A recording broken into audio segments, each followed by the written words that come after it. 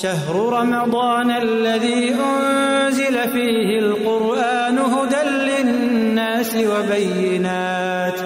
وبينات من الهدى والفرقان نحمده ونصلي على رسوله الكريم أما بعد فأعوذ بالله من الشيطان الرجيم بسم الله الرحمن الرحيم رب اشرح لي صدري ويسر لي أمري واحلل عقدة من لساني يفقهوا قولي۔ السلام علیکم ورحمۃ اللہ وبرکاتہ۔ ناظرین، گزشتہ پروگرام میں ہم نے قرآن مجید کے پڑھنے اور سمجھنے پر بات کی۔ بات یہ ہے کہ قرآن مجید صرف پڑھنے کے لیے نہیں آیا اور صرف سمجھنے کے لیے نہیں آیا، بلکہ وہ عمل کے لیے آیا، کیونکہ وہ اللہ سبحانہ وتعالیٰ کی طرف سے ہمارے لیے ایک ہدایت نامہ ہے، کتاب رہنما ہے، لہٰذا ہمیں اپنی زندگی اس کے مطابق گزارنا ہے۔ قرآن مجید میں بہت سی تعلیمات ہیں، لیکن خاص طور پر آج جس تعلیم کا میں ذکر کروں گی وہ صبر ہے، کیونکہ رمضان ہمیں صبر کی تربیت دیتا ہے۔ روزہ سیلف کنٹرول کا نام ہے، تو کس طرح اللہ سبحانہ وتعالیٰ نے ہمیں رمضان کا مہینہ دے کر، روزے کا حکم دے کر ہماری صبر کی تربیت کی ہے۔ صبر کیا ہے؟ صبر کا لفظی معنی ہے رکنا، خود کو تھامنا۔ کس چیز سے رکنا؟ دکھ، تکلیف، ناخوشگوار حالات میں اپنے نفس کو جزا فضا سے روکنا، جلنے کوڑھنے سے روکنا، اپنی زبان کو شکوے شکایات سے روکنا، اپنے جسم کے اعضاء کو تشدد اور دوسروں کو تکلیف دینے سے روکنا، اپنے آپ کو اللہ سبحانہ وتعالیٰ کی حدود کے اندر رکھنا، یہ تمام چیزیں صبر سے متعلق ہیں۔ حقیقت یہ ہے کہ زندگی میں بہت سے ناخوشگوار واقعات اور حالات انسان کو دیکھنے پڑتے ہیں، اور ایسا کیوں ہے؟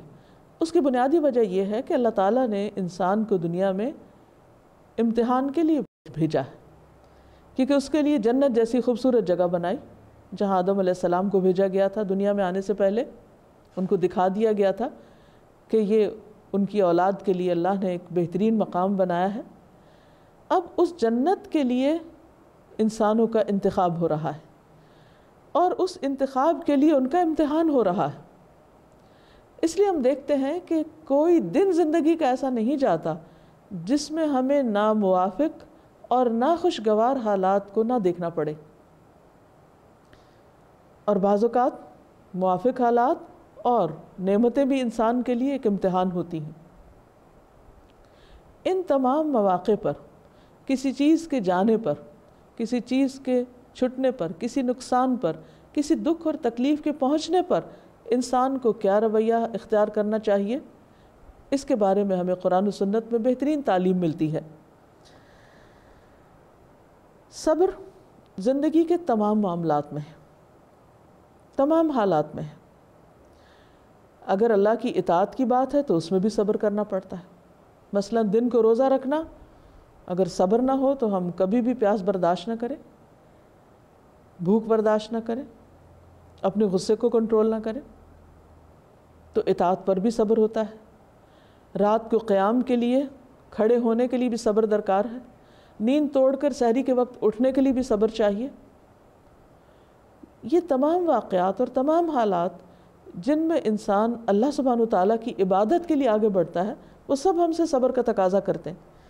اسی طرح شیطان مختلف برائیوں کو انسان کے لیے خوشنما بنا دیتا ہے۔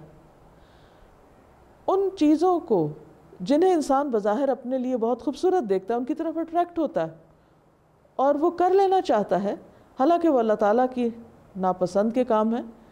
تو ان چیزوں سے اپنے آپ کو روکنا، تھامنا، کنٹرول کرنا، اس کے لیے بھی صبر درکار ہے۔ اسی طرح غم، غصے، دکھ، تکلیف اور لوگوں کی باتوں اور زندگی کے مختلف تکلیفوں پر صبر، یہ تمام صبر کے مواقع ہیں۔ اللہ سبحانہ وتعالیٰ نے قرآن مجید میں ہمیں بتا دیا کہ وَلَنَبْلُوَنَّكُمْ بِشَيْءٍ مِّنَ الْخَوْفِ وَالْجُوعِ وَنَقْصٍ مِّنَ الْأَمْوَالِ وَالْأَنفُسِ وَالثَّمَرَاتِ وَبَشِّرِ الصَّابِرِينَ الَّذِينَ إِذَا أَصَابَتْهُمْ مُصِيبَةٌ قَالُوا إِنَّا لِلَّهِ وَإِنَّا إِلَيْهِ رَاجِعُونَ اولئک علیہم صلوات من ربہم ورحمہ واولئک هم المہتدون۔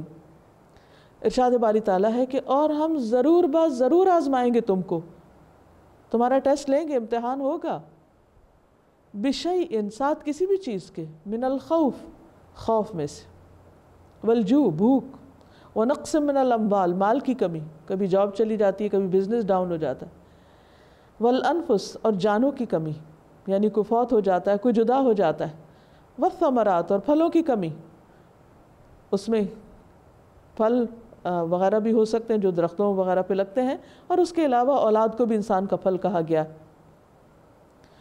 ان کی طرف سے پہنچنے والی تکلیفیں یا ان کا گھاٹا یا ان کی کمی، ایسے میں یعنی یہ سب تو ہوگا، یہ تو اللہ تعالیٰ نے پہلے ہی بتا دیا کہ یہ ضرور ہوگا، لیکن ایسے موقع پر انسان کو کرنا کیا ہے؟ یعنی اس کے لیے ایک آزمائش تو ہے، لیکن آزمائش میں کیا کرنا ہے؟ کیا انسان ہوش و حواس کھو بیٹھے؟ کیا انسان گلے شکوے شروع کر دے؟ یا انسان اپنا آپ نوچنا شروع کر دے، خود کو کوئی تکلیف دے، خودکشی کر لے؟ کیا یہ حل ہے؟ ہرگز نہیں۔ یہ تمام مواقع ہم سے تقاضا کرتے ہیں کہ ہم صبر سے کام لیں۔ فرمایا وبشر الصابرین، خوشخبری دے دو صبر کرنے والوں کو، الذین اذا اصابتہم مصیبت، یہ وہ لوگ ہیں کہ جب ان کو کوئی مصیبت آتی ہے، قالوا وہ پکار اٹھتے ہیں، انا للہ و انا الیہ راجعون، کہ بے شک ہم بھی اللہ کے لیے ہیں اور اسی کی طرف لوٹ کر جانے والے ہیں۔ یعنی اگر کوئی چیز چلی گئی تو ہمیں بھی تو جانا ہے، ہماری بھی تو واپسی ہے، ہم ہمیشہ تھوڑی اس دنیا میں رہیں گے۔ یہ چیز ان کو سہارا دیتی ہے، یہ سوچ ان کے لیے صبر کا ذریعہ بن جاتی ہے۔ ایسے لوگوں کا انعام کیا ہے، جزا کیا ہے؟ اولئک علیہم صلوات من ربہم، ایسے لوگوں پر ان کے رب کی طرف سے نوازشیں ہیں، ورحمت اور رحمتیں ہیں، واولئک هم المہتدون اور یہی لوگ ہدایت پر ہیں، سیدھے رستے پر۔ ہم نے پڑھا تھا کہ قرآن کتاب ہدایت ہے، تو یہ قرآن مجید ہمیں بتاتا ہے کہ تکلیفوں کے مواقع پر کرنا کیا ہے، اور اگر وہ کرو گے جو قرآن بتاتا ہے تو تم ہدایت پر ہوگے۔ وہ جو دعا تم مانگتے ہو کہ اللہ سیدھا راستہ دکھا دے، ہدایت دے دے، تو ہدایت اس طریقے پر ملے گی، یہ اس کا ایک پروسیجر ہے۔ بہرحال اب سوال یہ ہے کہ انسان عام طور پر صدمے، تکلیف، نقصان سے گھبرا اٹھتا ہے اور فوراً پریشان ہو کر کہتا ہے کہ اب میں کیا کروں، کہاں جاؤں، صبر نہیں کر سکتا۔ ایسے منفی جملے نہیں بولنے چاہیے، ایسی منفی باتیں نہیں کرنی چاہیے۔ کیوں؟ اس لیے کہ انسان اگر اس وقت کوئی بھی غلط راستہ اختیار کرتا ہے تو پہلے سے بھی بڑی مصیبت میں جا پڑے گا، اور اگر اس وقت انسان اپنے آپ کو، اپنے ہوش و حواس کو قائم رکھتا ہے، اپنے آپ کو روک لیتا ہے، اپنی زبان کو روک لیتا ہے، اپنے ذہن میں، اپنے دل میں اللہ سبحانہ و تعالیٰ کے اس فیصلے کے خلاف وسوسے نہیں آنے دیتا، اور اللہ تعالیٰ کے اس فیصلے کو قبول کر لیتا ہے، اور وہ سمجھتا ہے کہ اس میں ضرور کوئی حکمت ہے، اس میں ضرور میرا کوئی فائدہ ہے، کیونکہ بہت سی چیزیں نعمتوں کی شکل میں آتی ہیں جو ہمیں خوشگوار لگتی ہیں، اور بہت سے زندگی کے سبق ناپسندیدہ شکل میں ہمارے سامنے آتے ہیں، جو حالات ان سے ہم سیکھتے ہیں۔ اس لیے حدیث میں آتا ہے کہ وَمَا أُعْطِيَ أَحَدٌ عَطَاءً خَيْرًا وَأَوْسَعَ مِنَ الصَّبْرِ، کہ صبر سے بڑھ کر کسی کو بھی کوئی بخشش اور کوئی چیز جو اس سے زیادہ بہتر ہو نہیں ملی۔ ایک حدیث میں آتا ہے، نبی صلی اللہ علیہ وسلم نے فرمایا وَعْلَمْ أَنَّ النَّصْرَ مَعَ الصَّبْرِ، جان لو کہ کامیابی صبر کے ساتھ ہے۔ وہ کس طرح؟ انشاءاللہ ہم چھوٹی سی بریک کے بعد دوبارہ بات کریں گے اس پر۔ السلام علیکم ورحمۃ اللہ وبرکاتہ۔ السلام علیکم ورحمۃ اللہ وبرکاتہ۔ ہم بات کر رہے تھے نبی صلی اللہ علیہ وسلم کی اس حدیث پر کہ صبر کے ساتھ ہی کامیابی، یعنی صبر کے بغیر کامیابی ممکن نہیں۔ ہمیں سے ہر شخص کامیاب ہونا چاہتا ہے، لیکن چھوٹی چھوٹی بات پر بے صبرا ہو جاتا ہے۔ ہم چھوٹا سا کوئی کام کرتے ہیں تو ہم چاہتے فوراً نتیجہ نکل آئے، لیکن ضروری نہیں کہ جو ہم چاہیں وہی نتائج نکلیں، کیونکہ اس دنیا میں صرف ہم نہیں رہتے، ہمارے ساتھ اور بھی بہت سے لوگ ہیں، بہت سے حالات ہیں، بہت سی چیزیں ہیں۔ اس لیے بہت ضروری ہے کہ ہم اپنے طور پر محنت کریں، کوشش کریں، لیکن نتائج اللہ پر چھوڑ دیں۔ اسی طرح بعض اوقات کوئی چیز ہماری مرضی کے خلاف ہو جاتی یا ہمیں کسی سے کوئی شکایت ہو جاتی، تو ہم اپنی فرسٹریشن اور ٹینشن کو دور کرنے کے لیے فوراً ریٹیلیشن پر اتر آتے ہیں، توڑ پھوڑ کرنے لگتے ہیں، بعضوں کا سڑکوں پر نکل کر دوسرے لوگوں کی گاڑیاں جلا دیتے ہیں، دوسرے لوگوں کی بلڈنگز کے شیشے توڑ دیتے ہیں، حالانکہ قرآن و سنت کی روشنی میں یہ سراسر ظلم ہے، ہمیں اس کی کوئی بھی اجازت نہیں دی گئی، کیونکہ جس شخص کو ہم نقصان دے رہے ہیں اس کا تو اس میں کوئی قصور نہیں۔ تو سوال یہ پیدا ہوتا ہے کہ کیا ان تمام حرکات سے ہمارے مسائل حل ہو جاتے ہیں؟ ہرگز نہیں۔ اس لیے ہمیں یہ اچھی طرح سوچ لینا چاہیے کہ دنیا میں بھی بے صبر پن سے کامیابی نہیں، اور اللہ سبحانہ وتعالیٰ کے ہاں تو قطعاً ایسا کوئی تصور نہیں کہ ایک شخص اپنا غصہ نکالنے کے لیے دوسرے شخص پر ظلم کرے اور اس پر اس کو انعام دیا جائے۔ یہ نہیں ہو سکتا، یہ بات عقل کو بھی نہیں بھاتی، عقل میں بھی نہیں سماتی، اور اللہ سبحانہ وتعالیٰ تو سب سے بڑھ کر عدل کرنے والے ہیں۔ جو شخص اس بات پر ایمان رکھتا ہے کہ مرنے کے بعد اسے اپنے اعمال کا جواب دینا ہوگا، وہ پھر جو بھی قدم اٹھائے گا سوچ سمجھ کر اٹھائے گا۔ رمضان کو حدیث میں شہر الصبر کہا گیا، یعنی صبر کا مہینہ۔ یہ انسان کو صبر کرنے کی ایک پریکٹس کرواتا ہے، بھوکے رکھ کر راتوں کو طویل قیام کے ذریعے۔ بعض اوقات انسان کے اوپر ایسے حالات آتے ہیں کہ اس کی تکلیف بہت لمبی ہو جاتی، مثلاً کوئی بیماری طول پکڑ جاتی، یا کسی قوم پر حالات بہت مشکل ہو جاتے ہیں اور اینڈ لیس پریشانیاں نظر آتی ہیں، اور کہیں کوئی اصلاح اور کامیابی کا کوئی راستہ نظر نہیں آتا، ہر چیز دھندلی ہو جاتی ہے۔ ایسے میں انسان گھبرا اٹھتا ہے اور وہ کہتا ہے کہ آخر کب تک صبر کروں؟ ہاں، اس وقت تک جب تک کہ مشکل آسان نہ ہو جائے، کیونکہ صبر کے علاوہ تو کوئی اور چارہ نہیں۔ اس لیے کہ اگر انسان صبر نہیں کرے گا اور اپنی زبان اور دل اور اپنے ہاتھ پاؤں سے وہ کام کرے گا جو اللہ تعالیٰ کو ناراض کرنے والے ہیں، تو پہلے سے بڑی مشکل میں جا پڑے گا۔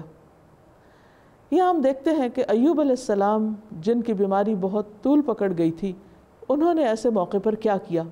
ان کی زندگی ہمارے لیے ایک بہترین رہنما ہے۔ ایوب علیہ السلام کو اللہ تعالیٰ نے ہر طرح کی نعمتوں سے نواز رکھا تھا، اور وہ اللہ کے نبی بھی تھے، دین بھی تھا، دنیا بھی تھی، لوگ انہیں بہت خوش قسمت سمجھتے، لیکن ساتھ ہی آپ جانتے ہیں کہ جس کے پاس نعمتیں ہوتی ہیں ان سے حسد بھی کیا جاتا ہے۔ تو کسی نے ان سے کہا کہ آپ بھلا اللہ کی عبادت کیوں نہ کریں جبکہ آپ کے پاس تو ساری ہی نعمتیں ہیں؟ اسی لیے آپ ہمیں بھی عبادت وغیرہ کے لیے کہتے رہتے ہیں، نصیحتیں کرتے رہتے ہیں۔ بہرحال اللہ سبحانہ وتعالیٰ نے ان کو آزما لیا۔ کہتے ہیں کہ ان کے پاس جو بھی نعمتیں تھیں ایک کے بعد ایک ان سے جانے لگی، ان کے بچے فوت ہو گئے، ان کے جانور مویشی مر گئے، فصلیں برباد ہو گئیں، اور بیماری کی حالت میں جسمانی دکھ اور تکلیف الگ تھی۔ ایسے میں ایوب علیہ السلام نے اللہ سبحانہ وتعالیٰ سے کوئی شکوہ نہیں کیا، حتیٰ کہ جب وہ اپنی صحت کے لیے دعا کرتے ہیں تو اس وقت بھی بہت ہی خوبصورت الفاظ آتے ہیں کہ انی مسنی الضر وانت ارحم الراحمین، اللہ مجھے تکلیف پہنچی ہے اور تو سب سے بڑھ کر رحم کرنے والا ہے۔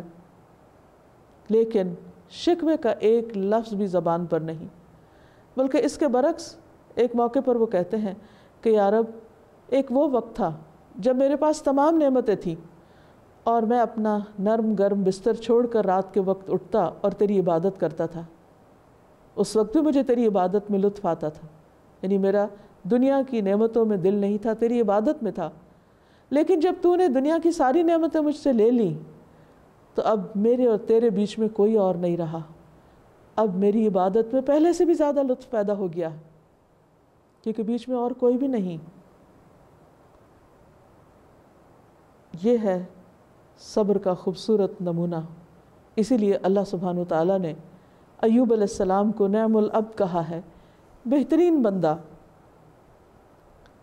لہٰذا ہم سب کے لیے ضروری ہے کہ رمضان المبارک میں روزے اور قیام کے ذریعے صبر کی پریکٹس کریں اور صبر کرنے کی کوشش کریں۔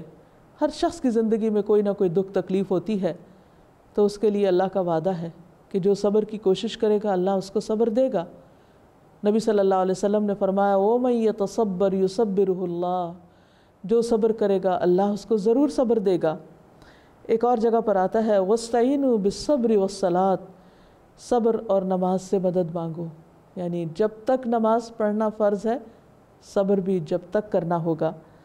اور صبر کرنے والوں کی آخرت میں جو بڑی جزا ہے اس کو دیکھ کر لوگ تمنا کریں گے کاش دنیا میں ہماری جلد کینچیوں سے کاٹ دی جاتی، ہم صبر کرتے اور آج ہمیں بھی یہی انعام ملتا. قرآن پاک میں اللہ تعالیٰ فرماتے ہیں انما یوفی الصابرون اجرہم بغیر حساب، کہ بے شک صبر کرنے والوں کو ان کا اجر بے حساب، ان گنت، ان لمیٹڈ دیا جائے گا. کتنی خوبصورت جزا ہے صبر کی. اللہ تعالیٰ سب کو اس کی توفیق عطا فرمائے. وآخر دعوانا ان الحمد للہ رب العالمین.